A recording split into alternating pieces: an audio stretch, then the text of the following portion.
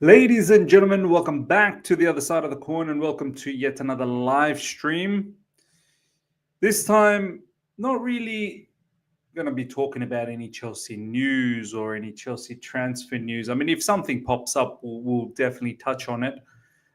But I'm more interested to provide a little bit of a truth bomb.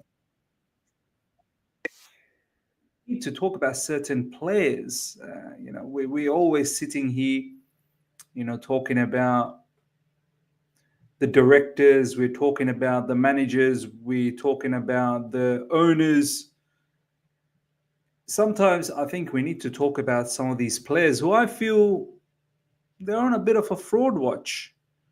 Some of these players, ladies and gentlemen, they're definitely on a bit of a fraud watch.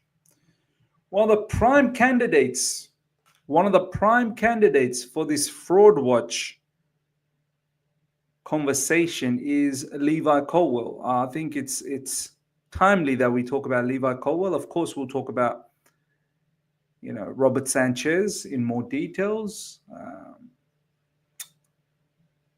We'll touch base a little bit in regards to Nicholas Jackson as well, whether he's actually an out-and-out striker or not. We'll talk about some of our wingers. And yeah, I mean, it's easy to go after, the manager or the directors or the owners, but I think sometimes some of these players, they need to take responsibility. Some of these players definitely need to take responsibility, and especially the ones that we feel that they're capable of taking the responsibility. Sometimes we hype a player, sometimes we have a lot of expectations on a player, and some of these players need to take responsibilities. Riza, great title, Miz. Appreciate that. Big up to each and every one of you guys. Nearly 100 of you guys are live already. Thank you so much for arriving here. Smash up the like button, ladies and gentlemen. We're going to have a fantastic conversation. And if you're here for the first time, subscribe as well. Subscribe. Nikki, yes, please. Top of the morning, brother. That comment last night, God's plan had me in stitches. Yeah, I mean, this guy, that is very deep, very, very deep from Nicholas Jackson. Ray C, what's up, Miz? Watching from Italy, big up to you. Adnan in the building, scary picture, that buddy. No problems. Nathan, big up to you, my man. Super Frankie, Miz, time to spill the truth as always. Looking forward. Yeah. We need to say the truth. We always need to say the truth. Devansh, big up, my man. Tosin should have started instead of Colwill. Yeah, look, we're going to talk about Colwill in details.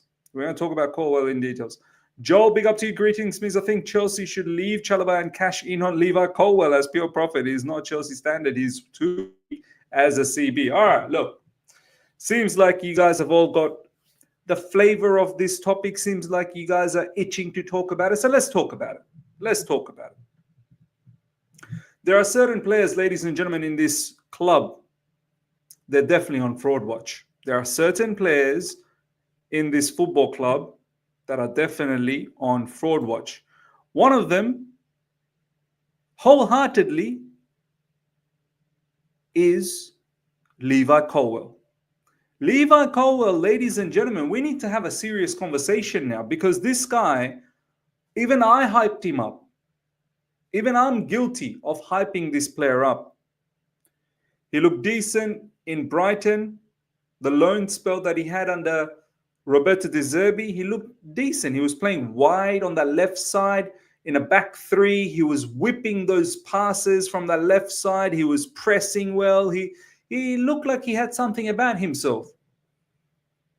And then he comes to Chelsea Football Club last season, his full season. This season is his second full season.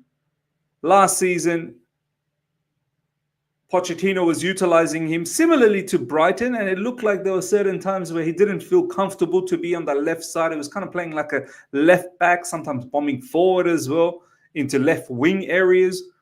And it looked like he's incapable of defending at times. Especially, I remember Mohamed Salah last season absolutely cooked him. And there were many other instances where he got cooked last season.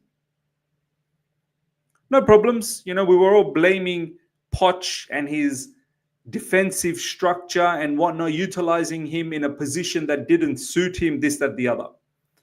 But I think what we kept on forgetting is where's his defending? Where's his defending attributes? All right, you're not in the best of positions, but you still need to be able to defend.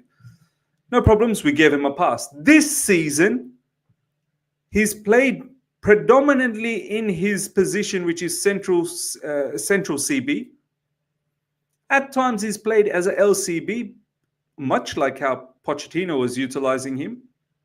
Wide areas. And this season, I kid you not, maybe there's one, max 2 games where he's been good.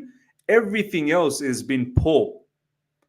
He's been culpable of not tracking back, jogging. He's been culpable of not knowing his surroundings well enough. He doesn't tackle. He gets bullied. His best defensive attribute, ladies and gentlemen, is passing. Passing is his best defensive attribute. The way he got bullied against Haaland. Wow. I know some of you guys might say, but that's Haaland, man. Haaland will bully almost anyone out there. Well, no. We can't have a defender that's going to get bullied like that. It's Chelsea Football Club. This isn't Ipswich. This isn't, Southampton. We need a defender that's going to be able to handle these type of strikers, this caliber of strikers. For him to just get manhandled by Haaland like that is quite embarrassing. To the point, you almost have to say to yourself, maybe it's time that you get dropped a little bit. Chalobah's here. He's our best defender, undoubtedly. Chalobah starts, and maybe someone else partners with Chalobah, and we'll see. Maybe being dropped from the team might wake up Levi Colwill a little bit. So, look, and it's not just about Haaland, because I can see if Kafka is talking here, he's saying, name one CB in the world that has left on one-on-one with Haaland. It's not just about Haaland. He's got a catalog of mistakes. I'm not just focusing on one game here. Because if I was just focusing on one game, then that's bad on me. I'm not focusing on one game. I'm focusing on many different games where he didn't play well. And as a primary, he's been touted. He's been touted as our next big defender. He's been touted by Enzo Maresca as a leader. I don't see much of a leadership from this kid, I don't see much of a leadership. I don't see him leading the line. I don't see him having any level of this boss type of a vibe from him. I don't see that. Now, you may say, well, Miz, that's expecting a lot from a young defender. Well, I'm sorry. This is Chelsea Football Club, man. We are dwindling. This is 3rd season under the new ownership. 2nd full season under the directorship. Large part of the fan base wants to compete for the Premier League next season. I'm sorry, Levi Colwill. I'm sorry you've been put into this predicament, but you have now been put into this predicament and you need to rise. There's a lot of things that happen in life. That, we wish it didn't arrive so quickly. But we get put into situations and we need to start taking responsibility.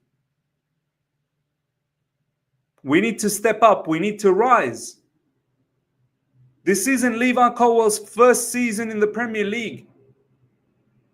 This is Levi Colwill's second full season. He had a really good loan spell. Don't forget, he had a really good loan spell at Huddersfield as well. This isn't some sort of a player that's just coming fresh out of the academy. This is a player that has some level of experience. Now we could sit here and say, okay, well, he really should be partnering up with a senior, much more experienced defender. It's not his fault. He's not had that. He's had to lead the line. Not my problem. Sporting directors have created this squad. Sporting directors have created this squad. Look at this. Look at this. Miz expects Colwill to be prime Maldini at 21 years of age. Like, look at the extremeness. Prime Maldini is what we need. For all the mistakes that we've seen from Colwill this season, I'm asking for prime Maldini, you know. I'm asking for prime Maldini.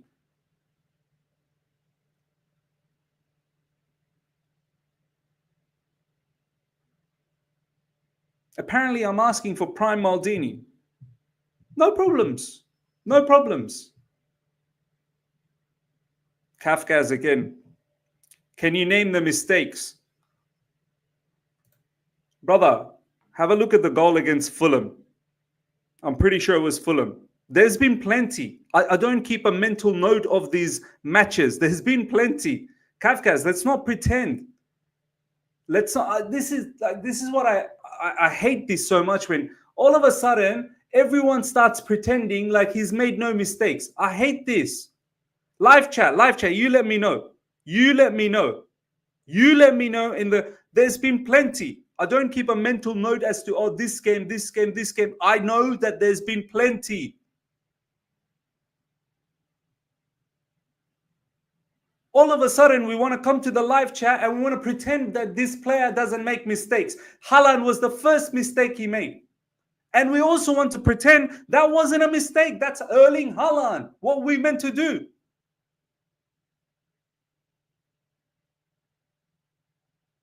This is so annoying. Can you name the mistakes? And then you go on to say no one said that. Brother, that's it. I think I've given you enough attention, bro. Enough attention. You say one thing, then you go to the other thing. Stick to one opinion, bro. Stick to one opinion. You say one thing, then you switch to another thing. You keep switching. Either make a proper statement or don't say anything at all, bro. And if you're talking to the chat, please at them. At who you're talking to. At who you're talking to.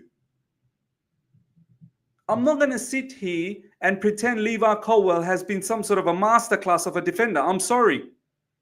He's 100% in the fraud watch. He's 100% in the fraud watch. Right now, and it's sad to say, our best defender is Chalobah. Right now, our best defender is Chalobah. Same Chalobah that was banished and was sent off for loan. That in itself looks bad that our best defender was banished. I used to rate Levi Colwill a lot. I really did. But now I'm going to be looking at him like a hawk. Omo, thank you so much for the super chat. I'm going to be looking at him like a hawk.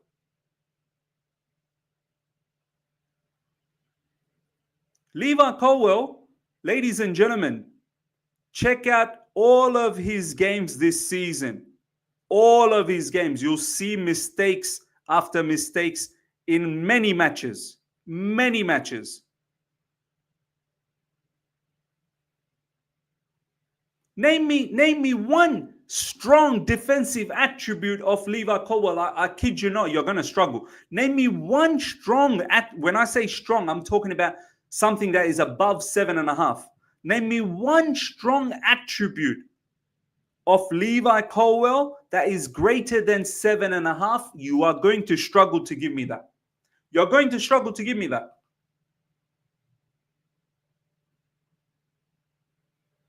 His best attribute, as I said, is passing, and even his passing is is not phenomenal.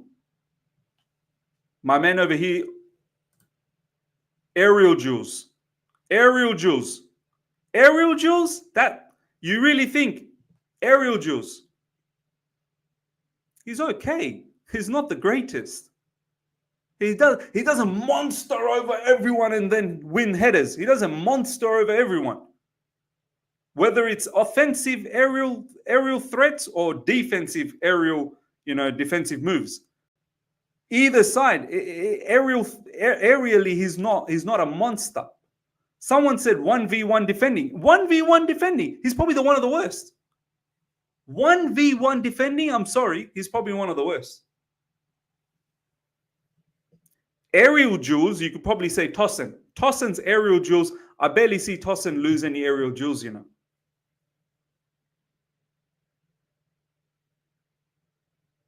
Aerially, if anything, I don't think Levi Colwill was that good. 1v1 wide defending in wide areas. That's what Enzo. You know how sometimes we say, why doesn't Enzo Maresca just throw the kitchen sink? Just throw the kitchen sink. You know why he can't do that? I'm sure he would love to throw extra attacking players and disrupt the balance. But you know why he doesn't do that? Because we don't have good CBs to defend in wide areas. He can't throw the kitchen sink. He can't take away a midfielder to put in another extra attacker because the defenders can't defend in wide areas.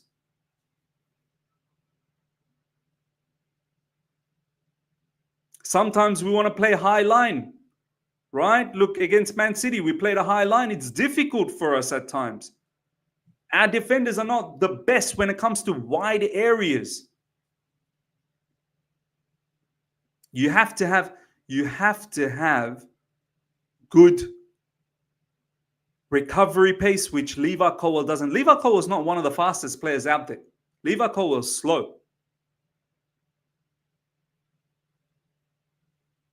So for me, look, Enzo Maresca, you have the power to fix certain things in this team, and you might need to rattle it up a little bit. We're 1 win in 7. You might need to change a few things now so that the ship gets back on track. I think it's now high time to probably tell Levi Colwill, you need to improve, brother. It's not just because you're one of the hyped up academy players, you're one of the rated academy players. The fan base is really likes your attitude or your demeanor, likes your overall package. Nah, you need to work hard, Levi Colwill. Maybe you need to feel the pain to be dropped and work hard to get back in. I would now seriously suggest Chalobah starts, of course. There's no doubt about that. He's been starting. But Levi Colwill's position should be up for grabs. May the best man win. Whoever that is. Tosin. Levi Colwill. Whoever else, I don't know. But in my opinion, I think Levi Colwill needs to be dropped. Not just because of his performance or lack of performance against Manchester City, but his overall performance throughout the season. His overall performance. Ashraf saying the problem, he cannot be dropped. The manager rates him highly. Yeah, well, let's talk about another player that the manager rates highly. Let's talk about another player that the manager rates highly. The manager and his rating, he needs to be careful.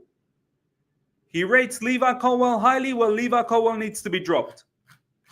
Let's talk about another player that our manager, supposedly, I don't know. He goes out there and he protects this player. The next fraudulent player, Robert Sanchez. Robert Sanchez. If Robert Sanchez, if that wasn't his last game for Chelsea against Manchester City, Mr. Roberto Sanchez, if that wasn't his last game for Chelsea against Manchester City, then, brother, if you are unable to drop him and, there's some internal politics because of this other goalkeeper director that we have, then I'm sorry, you're a puppet. You don't have a backbone then. Enzo Maresca, you need to show me you got a backbone, a strong backbone. If he continues to start, Robert Sanchez needs to be dropped. If anything, Robert Sanchez goes to Conference League. Robert Sanchez needs to be the Conference League goalkeeper. Let's see how Jurgensen is. And if Jurgensen is also a flop, then there's a lot of talk that's been happening in regards to Petrovic. If Maresca starts Robert Sanchez again, if Maresca starts Robert Sanchez against West Ham, then you know what? Maresca doesn't have a backbone. Maresca doesn't have a backbone. If you're unable to communicate to the directors, to the goalkeeping directors, to whoever that needs some sort of explanation of why you want to drop Sanchez, whoever it is, if you're unable to do that, then you don't have a backbone. You don't have a backbone. Robert Sanchez cannot start against West Ham and cannot start any more Premier League games. We've lost enough points. Now, some may say, but Miz, we've also won points because of him. Look, I'm not saying you can't make a mistake, I'm not saying that. I'm not saying Levi Colwill can't make a mistake. I'm not saying Robert Sanchez can't make a mistake. But when you repeatedly make mistakes, that's what I'm worried about. I'm not stupid. I know players can make mistakes. I get that. But Robert Sanchez, ladies and gentlemen, every other game, and to be honest, every single game he's got some iffy moments anyway. Every game he's got some iffy moments. Either he's giving away a penalty or either he's running forward like the way he did and in no man's land against Erling Haaland. I don't know what he was thinking. And there's been many other mistakes. Many other mistakes, not just this season, but last season as well. Last season, he in fact lost his position to Petrovic.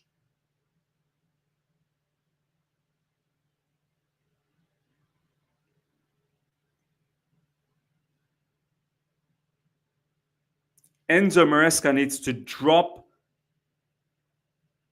Robert Sanchez, period, from the Premier League. Meto World. Miz, you can't drop Sanchez. It will break his confidence. Oh, boo-hoo, break his confidence. Brother, wake up. We are 1 in 7. There are certain games where this guy literally puts us into trouble. You see what he did against Wolves? He literally left the ball there instead of punching it. He left the ball there for the opposition to score. Lucky it's Wolves because we were able to score. What if it was a team that we can't score against anymore? We're not going to go, because of his mistakes, we can't keep continuing scoring 3-4 every game, 2-3-4. He needs to play through his bad patch. His bad patch is all the patch. Meto World, wake up, brother. He needs to play through his bad patch. The bad patch is the patch. The bad patch is the patch. There are some good patches in between the bad patch.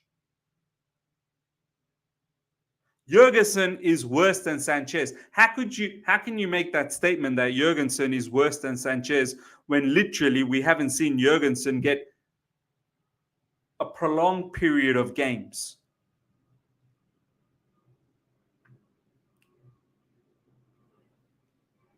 How can you say that? You've only seen a few matches of Jurgensen and you've made your decision. But you've seen Robert Sanchez falter after falter after falter. Yet you wanna see him play through his bad patch. The bad patch is his forever patch.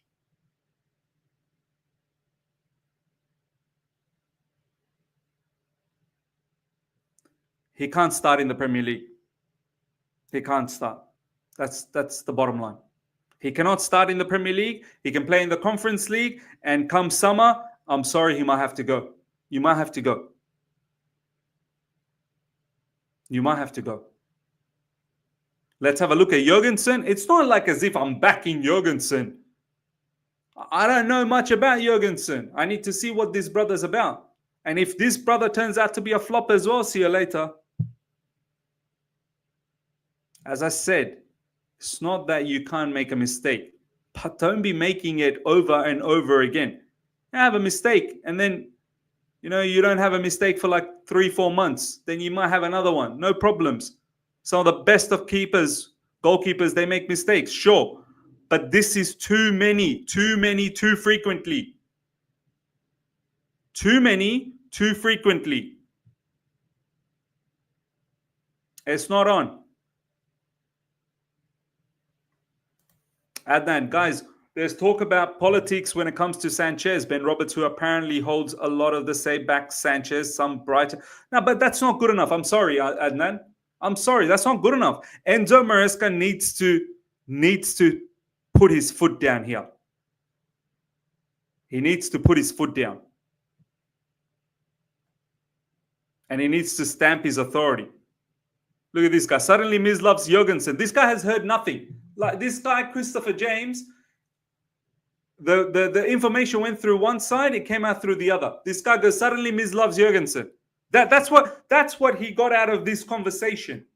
That's what this guy got out of this conversation.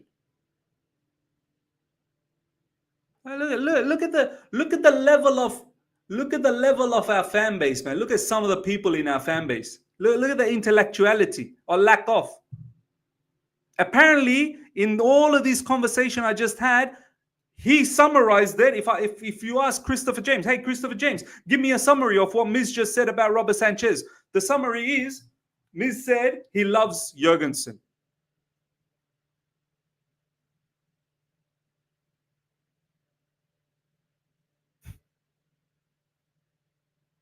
I literally said, I don't know much about Jurgensen, but I know that Sanchez is mistake prone almost every game.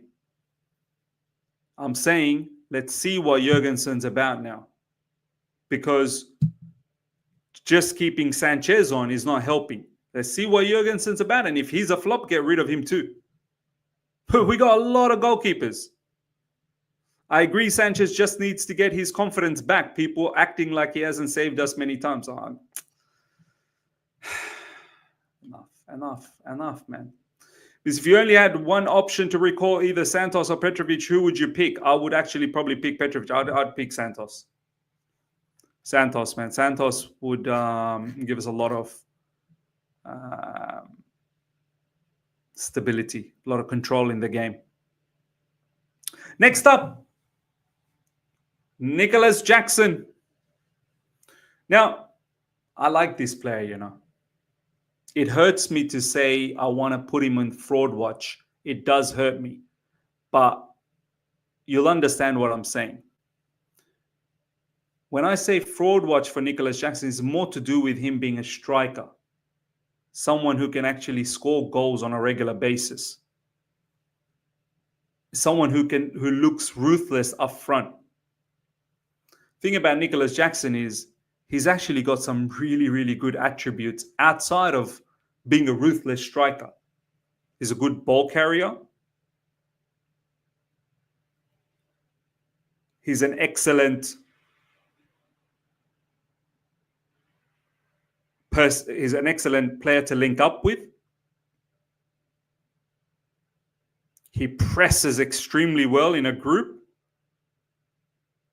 His ability when he presses and then his off-the-ball work rate in terms of cutting off passing lanes, he knows exactly where to position himself. So there's a lot of good about him. And then look, he's touch wood, he's not injury prone. He's generally available.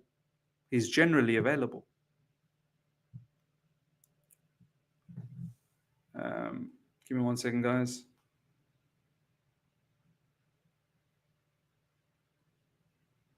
He's generally available. But we might have to start thinking that this guy's maybe not an out-and-out striker. This is his second full season. Look, he scores goals. Don't get me wrong, he scores goals. He scores goals. But he's not an absolute box striker.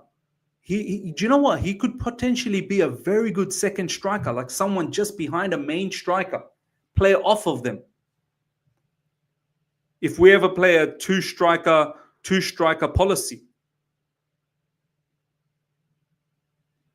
Yeah, this is why sometimes his link-up play with Palmer looks good. He's very good with linking up. But he's not the best when it comes to setting him up in the box. He's not the best at that. He lacks that striker's instinct. He really lacks that striker's instinct. But overall, he's very good. Overall, he's very good.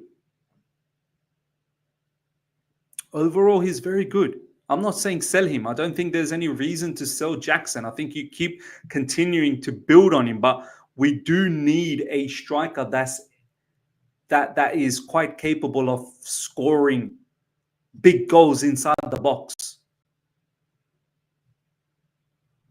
In recent times, Jackson's been culpable of us dropping points. There are games where he's been directly culpable, where we should have won, and because of him, we didn't win. Adnan saying, now can't put Jackson on fraud watch. He adds a lot of attacking impetus and off the ball. It's evident as soon as Nkunku comes on, but yeah, he's very short on confidence, but not a fraud. Look, that's what I said. I think we need to understand. When I'm saying fraud watch for Jackson, it's more to do with his striking ability, not his overall ability. Overall, I think there's a spot for him. But as a striker, I don't know whether he's actually an out-and-out striker, He scores goals. I think he's, if anything, as I said, he's a secondary striker. He's a second striker. He can set up goals. He would be buzzing with someone up top. Like, honestly, let's just say, for argument's sake, I'm just throwing a name out there. If Chris Wood was up in front as a striker and Jackson was playing just behind Chris Wood, I think that might bang, I think that might actually work out.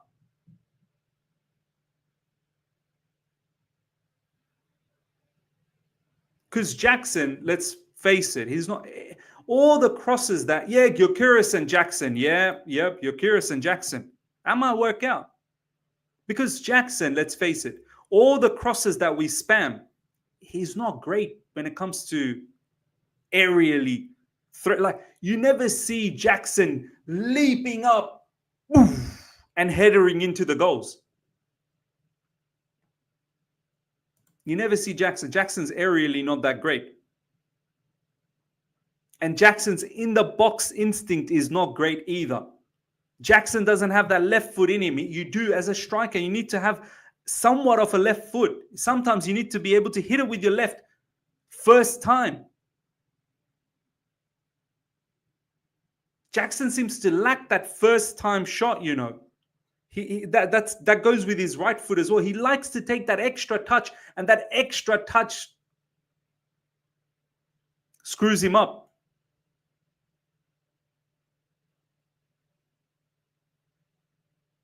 That extra touch screws him up.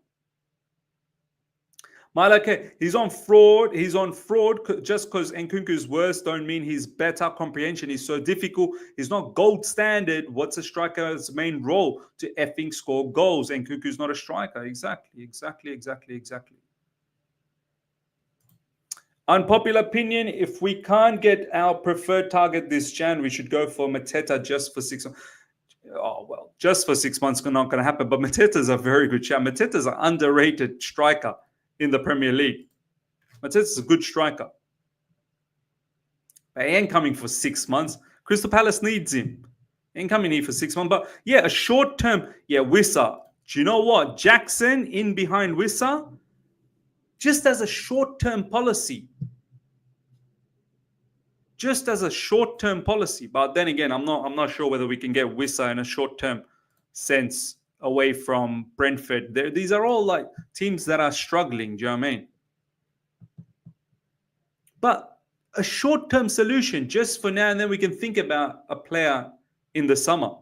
Wow, Nathan, what a name, Benzema. Can you imagine? Can you imagine if Benzema came out? Our owners will never pay his wages. Our owners will never pay his wages.